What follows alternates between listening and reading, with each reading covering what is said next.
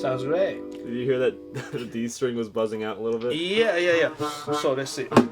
Okay. So sometimes you get this set up. Yeah, sometimes I use like a piece of paper. Can I see that? Oh yeah. Yeah. So like, oops, sorry about that. Yeah. By the way, Ahren Shreeve's here, and we're gonna do something. This one, right? Yeah. So like I do. Do you want me to detune it a little bit? No, that's fine. I think. Yeah, can you use it just a little bit? Yeah. Just a little bit. Yeah. Go that way. There you go. All right. Good. Ooh, oh, I see. That's all. Ooh. So you see, like you pinch like tip of a paper. Now we have to do this. Try it. Nice. I mean, this works just a little bit. Quick fix. Quick fix, yeah.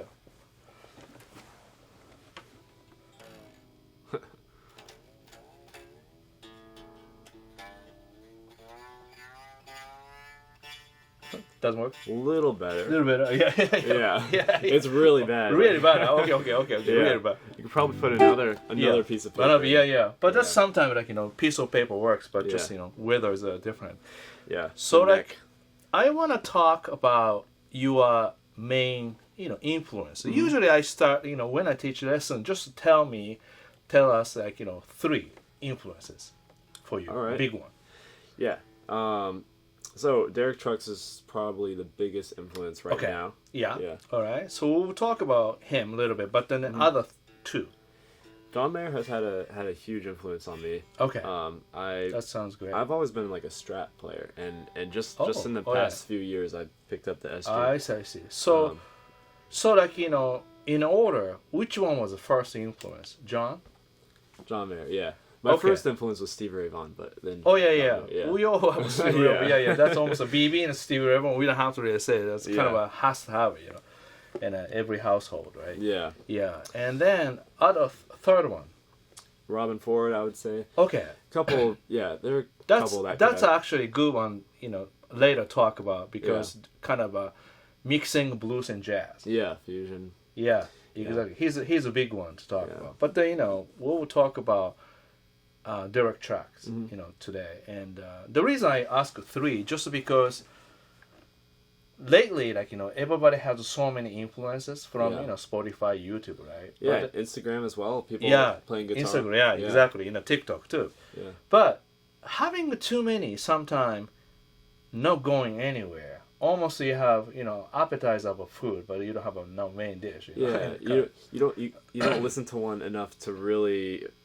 find all the details of their playing and try to mimic those. That's right. Yeah. That's right. So what happened is it me? Maybe me. Or maybe amp. Maybe the amp? Yeah. Wow. Getting a little louder, huh? Yeah, it has gotten louder. I don't know if it's... Do you think it's my pedal? Oh. Maybe. Try. Off.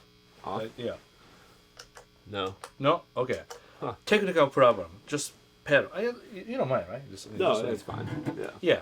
So, like when I teach lessons, that's actually to get it out. It is getting louder. Yeah, don't worry. Which one? Here you go. Oh, I don't know why. Yeah, I'll figure it out. Yeah, when we play, we'll figure it out. Yeah, but you know what? Maybe we should do like this. See? Yeah. I don't edit a video, so I have to do everything live like this. So sometimes Technical this is great difficulties. about Ahren. Like this is great about Fender Amp. 2 input. See? Technically, we can play together, right? Here you go. That's good. Yeah. Here you go. Yeah. Yeah. That's really that's supposed to be really quiet. Yeah. But then The second one is this quieter. one, yeah. But the other one, maybe tubes or something went wrong. Sometimes it does, yeah. Yeah. So like when I give a lesson, ask, focus on 3 artists to listen to. Okay. Sometimes I said this quote for me says, only listen 3 albums for a while. See, sometimes really people get ask, them in your head. Yeah, so people always say, why 3 albums? Because a lot of people listen too many things so that nothing really will stick to it. Yeah. So, musician used to be less records, and records is very expensive to buy. So people own few records or sometimes share with their friends. For example, why so many great artists in England, Jeff Beck, Eric Clapton, Jimmy Page? Why? Because they got blues album from America. Then feel very valuable. Not like and they only listen to that one over. Yes, and over. yes. Then sometimes one guy got some album, and then everybody go to the house and then listen to it. Yeah. So nowadays everybody has a cell phone, anything you can listen to, right? You can listen to a different thing each day. And Yeah. never So go back. so it which is good. Yeah. Good, but let's make better musician now. Yeah. I believe. Yeah. So that's what we talk about, just one artist. Okay, so yeah, that makes a lot of sense with Derek Trucks. Like Yes. I just listened to one live album on repeat for so long, and that I think had a how big influence. long? I mean, the better Just part honestly. of a year. I think almost a year. That's Just that. Yeah. That's actually great answer because that's how I did Larry Carlton. Yeah. Same album, about a year. Yeah, it's not even because I was trying to only listen to that album. It's just because I liked it so much, and it was some of my favorite playing of his. I mean, So, exactly. I did the same thing. Yeah. I just loved so much. So, when I was 14, I listened to one album all the time. Yeah. And still, if I, think about album cover, I can hear a whole song. Mm-hmm. Right? Yeah. Yeah. So maybe Exactly. you can tell us a little bit about more detail about the phrasing. Okay. Yeah. Yeah. Well. Maybe chord progression and a little bit something about that. Yeah. So I'll pull up the album too, just to refresh my memory. A little bit, Sure. but It's the Tedeschi Trucks Band, one of their live albums. Oh, okay. Let's see. And his solo on Midnight in Harlem is my favorite solo he's ever done. Yep. Like that's a really popular. That's probably their most popular song. Yes. But all right, so this is the album. Everybody's talking. Yep. I'll show the camera. Yeah, show the camera. Check it out. A little longer. There we go. Yep, that's the album. Yep. Live album. So they have this beautiful version of Midnight in Harlem. Yep. They have a nice intro. All right, and then just Derek on his own. Yep. And then at the end, he starts really soft. Just 1 to 4 progression, yeah. Everyone knows this song. And it builds it up. Yeah. Yep, very slow build, but really well paced. And he well paced, yeah. Well paced, yeah, and very intentional the whole way through, which is really hard to do. Yes, like often you'll get lost in the solo and just start doing automatic licks. And to stay intentional through the whole thing, even till. I mean, how to explain that? It's almost a burning solo. Means sometime beginning, a lot space. Yeah. And less distortion overdrive, and then gradually more notes kick in, and a little bit more overdrive. And then great about Derek is that no pedals. Yeah, just straight into the amp, just volume knob, you know. Yeah, volume knob in the hand, you know. Right. Clean is lower, and then overdrive, you just turn it up. Yep.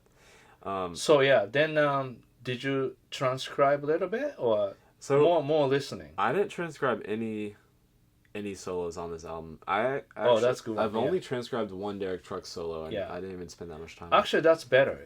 Yeah. Just because you are getting essence of his playing. Yeah. So that indirectly you receiving his emotional aspect of playing, you know, spiritual everything. Then you are turned out into your playing. Yeah, and come up with my own phrases, but try to capture that same essence, like your. Yeah. Also, just the band that they were playing with is incredible. They had Oteil Burbridge on the bass. He did a bass solo on one of these songs where he's like singing the notes while he's playing them. Yeah. That's very cool. Yeah. So the band is top notch. The whole album. Is right. Really, so you really listen to that so much. Yeah. Maybe get to that specific song and maybe. Okay. You know, maybe you don't have to play exactly, but you know, with your guitar, maybe play something you learn from him. You know, that's So that whole solo is on slide, and a lot of the solos on the album are slide. Yep. And I love how slide guitar sounds. Yeah. When Derek plays it, I don't like it as much when other people play it. Like, that's cool. Yeah. Like no. I mean, he's definitely very special. Yeah.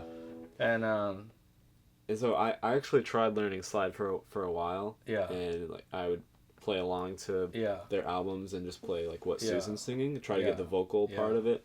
But then I don't know, I kind of lost interest in it, and I wanted to try to get the slide sound with my fingers. So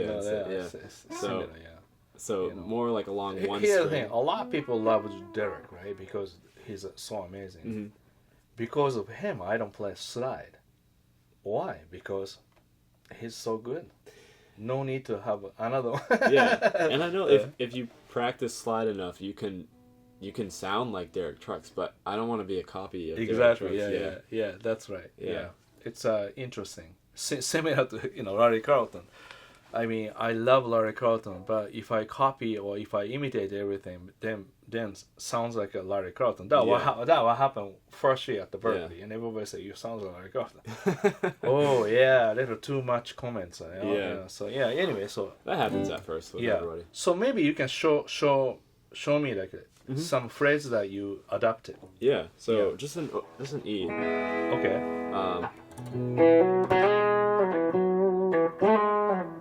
So this little trick where you slide right above the note and then go down. So I'm aiming for this A flat or G sharp for E. Right. And just go one note above it, half step, and then immediately slide down. Right. With all these nuances, I'm not really going fully into the fret. Like, I don't want this note to make a lot of sound. I'm just getting the movement. That's a good one. So like if you Google, you know, theory, and sometime, you know, C major scale, 4th degree, they said avoid a note. Yeah. That's the note you using. Yeah. So in other words, you know.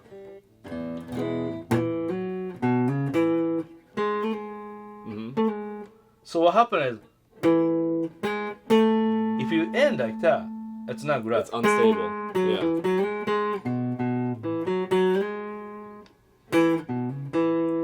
Yeah. 3 is a strong note. That's a nice target note. Right. Yes. So just getting that movement. Yeah. It's all about like what I got a lot from that solo is how to approach notes in an expressive way. Yes. So now, if somebody try to teach that in a YouTube, he's using E major pentatonic. You can say that. Yeah. But sometimes you don't want to go there, because then what happens is what position to play. Then like that, you know. I mean, my mother can teach that to you, you know. I'm just kidding, but you know what I mean. Because if she show you a pentatonic position, then you can play. Yeah. Easy to teach by shape, but that sound by ear. But exactly. Yeah. So that's why I have you here to teach other people. You know what I mean? I'll do my best here. that's great. So also you see this is.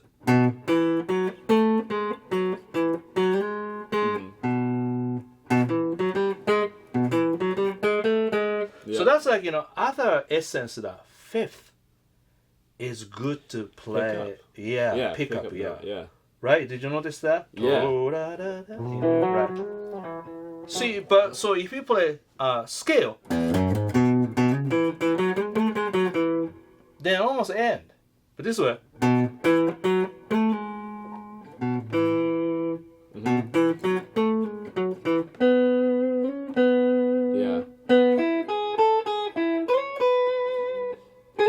Using the 5 as a break between phrases. Yes. Yeah. Yes, that's good. It's a buffer. Yeah. That's already a big lesson to me. Mm-hmm. Yeah, because that's already away from major pentatonic typical shape. Yeah. But also you're using major scale. Then avoid a note you're using effectively. Mm-hmm. I mean the direct to you, and you are adopting. Then you are, So almost like you did this, you learn, you adopted, you express with the idea. Yeah. So you are really applying and using it. Yeah. This is problem. But then information, when you learn, information is so stiff and so direct about the major pentatonic shapes or a major scale. Not a lot of freedom. Right. Yeah. So without musical example, people get lost. Mm-hmm. Everybody understands a major scale, but doesn't really do anything. To really understand it, you have to know how it sounds in your head before playing it on the fretboard. So now it's all about go for a little bit. So that so play again.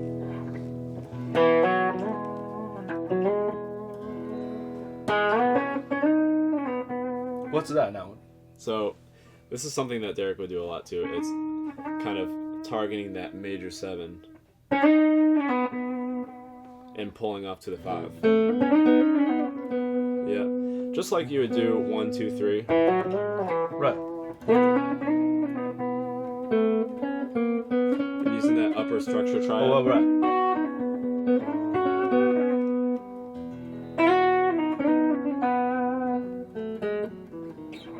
That's beautiful. Yeah.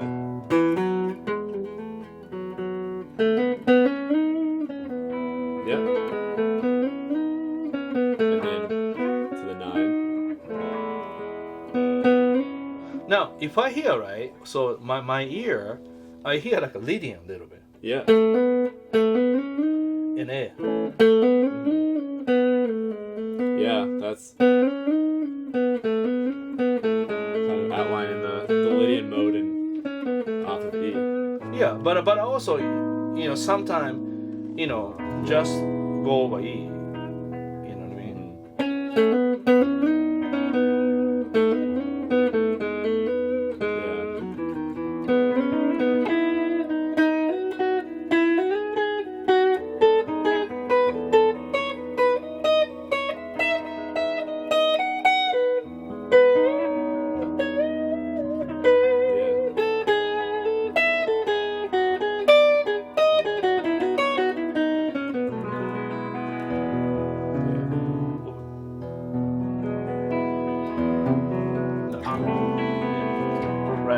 Okay, great. I think that's good information. Yeah. Yeah. Yeah. Anything else you add? Everything good?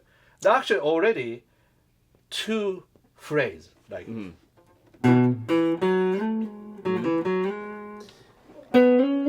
So one thing I like to explain with these, go ahead, please. Yeah. With this movement, like slides into a target note, is just really just like only covering the metal fret. Like, don't really get into the middle of the fret. See. Oh, I didn't know that. Or when you're sliding down to a note, just like this. Not like that. Start sliding your finger before you pick the note, and pick the note when you're right over that metal fret. I didn't know that. So you get the movement. Wow. You get the movement. You get the sound of the slide, but not that note poking out as much. Wow. Wow. Okay. really light fingers. Wow, so that's really takes time to figure it out. Yeah, just because it's not. See, like that one actually great.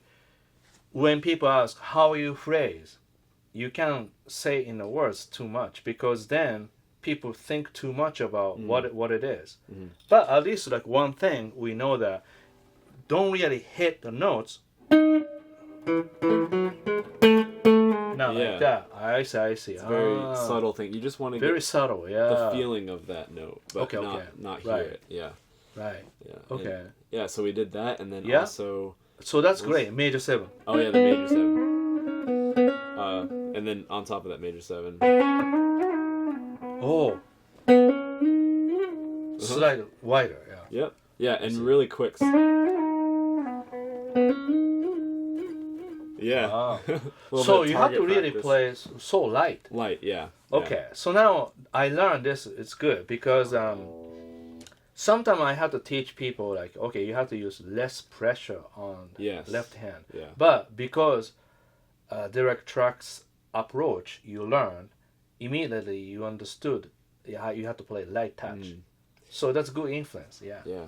Yeah. So there's not as much friction when you're playing along one string. Yes, that's great. All right. So that was a huge thing. Yes. Also the pacing of the solo, like when he got up. Yes. It was a huge issue for me. Yeah. It still is sometimes when I'm getting up to like the end of a solo. Yeah. Or if it's following that.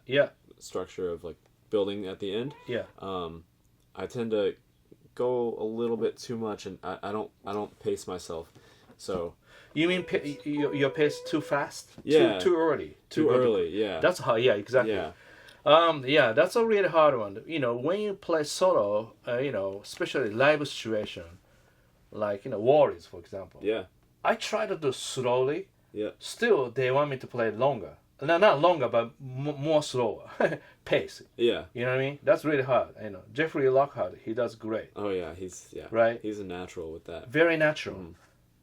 Sometimes he doesn't go too fast. He just go. But then once he's in, really, really lock in. Yeah. He does really, really different type of rhythm approach. The thing with that is it's intentional the whole way through. Like sometimes when people get up to the end of a solo, they start going to automatic licks that they muscle memory.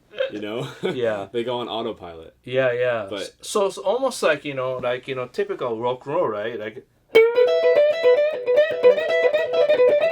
Like that. See, it's a kind of pattern. Yeah. Right. Exactly. Yeah. So it's even harder when you're up there to think of ideas that are intentional and that match with the rest of the solo. Yeah. But anyway, that part is really hard to understand without the experience, Yeah, that's something I really practice from playing live. Yes, you have to really do it. Yeah. Because those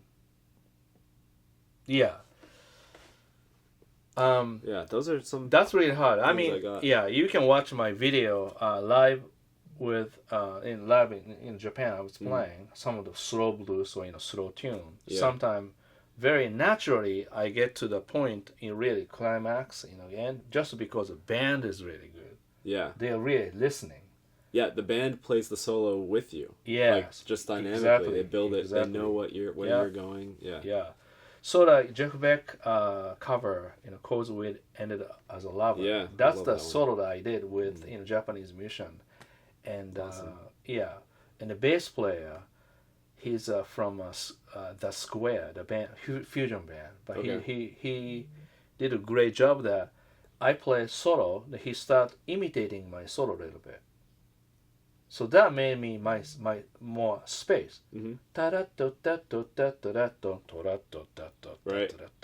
Call and response. Yeah. But funny part is, first my reaction, what he's going to do, my solo. You know what I mean? I know he's taking over your solo. Yeah. Like, first I thought, slightly, he's taking over my solo. Yeah. No, but just trying to together. Yeah. Then I follow it. Yeah. Close my eyes, I follow it, right? But funny part is, we did a few chorus, maybe one or two. He start grooving. Yeah. That was perfect example to launch you into the next section. Yeah. Otherwise, I play more notes in the beginning. Yeah. So he made me play less notes because call and response. Yeah. But then we finish it. He start really grooving. Yeah. Yeah. Yeah. It's awesome when like that was musicians know how to build your solo with you. So that was excellent. Yeah. So I love it when drummers know when to go to the next dynamic level, like next level of volume and energy. But we can talk about that. Like that's already one topic about development solo. But definitely, you see the one artist, you listen almost about a year, and you learn few things that very strong approach. Maybe we can next video maybe you can talk about maybe John May about that. Okay. That's cool. But I think today, for this video, I think that's really great energy and ideas. From one song, you got the two different licks. Just some expressive things. Right, but nuances. Then you learn how to burn the solo. Pacing, yeah. All right, thank you so much for watching Tomo's the Music. Ahren here. And we will do again, all right? Can we do it? Definitely. All right. I'd love to. Thanks. Great. Thanks so much. Take care. Thanks, guys. Bye.